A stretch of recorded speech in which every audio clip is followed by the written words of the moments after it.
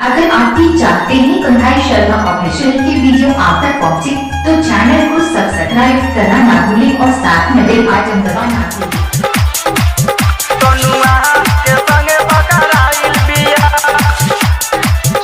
अभी आप सुन रहे हैं राइटर कन्हैया रवाना के गाना लेने के लिए संपर्क करें मोबाइल नंबर। आए हाय कि छौड़ी दराइल बिया जितुआ के संगे पकड़ाइल बिया। आए हाय कि छौड़ी दराइल बिया जितुआ के संगे पकड़ाइल बिया।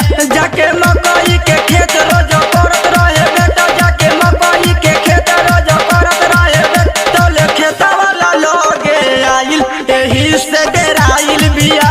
आए हाय कि छौड़ी दराइल बिया मिथल सवा के संगे पकड़ाइल बिया।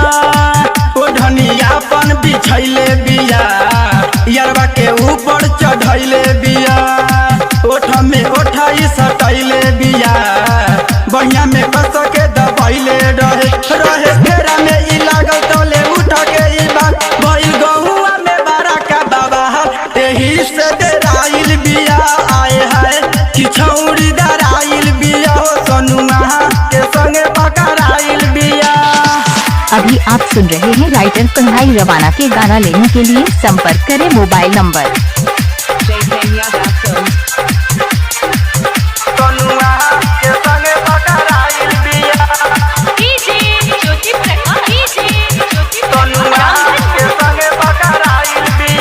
आए हाय कि छौड़ी डराइल बिया जितुआ के संगे पकड़ाइल बिया।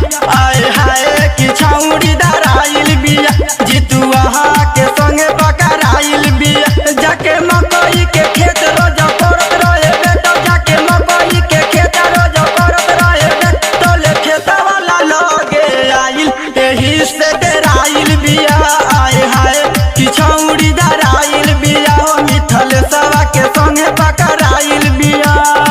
ढेर दिन से ई तो बहकल रहे आग जवानी में लहकल रहे। चुपे चोरी माजा मारत रहे पहले से माल ई तो महकल रहे। अब मुँह न देखाई ई तो घर में घुस जाई बेकर बिगड़ल बाटे हाल एही से सुखाइल बिया। आए हाय कि छौड़ी डराइल बिया भाभी काना के संगे पकड़ाइल बिया। अभी आप सुन रहे हैं राइटर कन्हैया रवाना के गाना लेने के लिए संपर्क करें मोबाइल नंबर। सोनुआ के संगे पकड़ाइल बिया। सोनुआ के संगे पकड़ाइल बिया। आए हाय कि छौड़ी डराइल बिया जितुआ के संगे पकड़ाइल बिया। आए हाय कि छौड़ी डराइल बिया जितुआ के संगे पकड़ाइल बिया।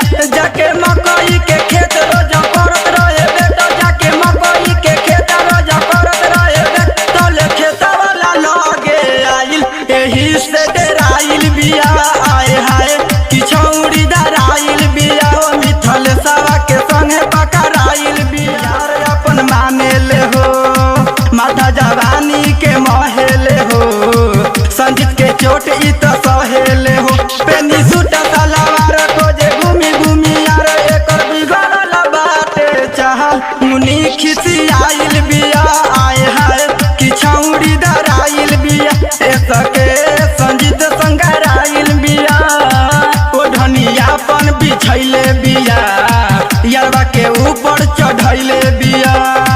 ओठ में ओठाई सटैले बिया बढ़िया में कस के दबैले रहे फेरा में ई लागल तोले उठ के ई बात भइल गहुआ में बारा का बाबा एही से डराइल बिया। आए हाय कि छौड़ी अभी डराइल आप सुन रहे हैं राइटर कन्हैया रवाना के गाना लेने के लिए संपर्क करें मोबाइल नंबर।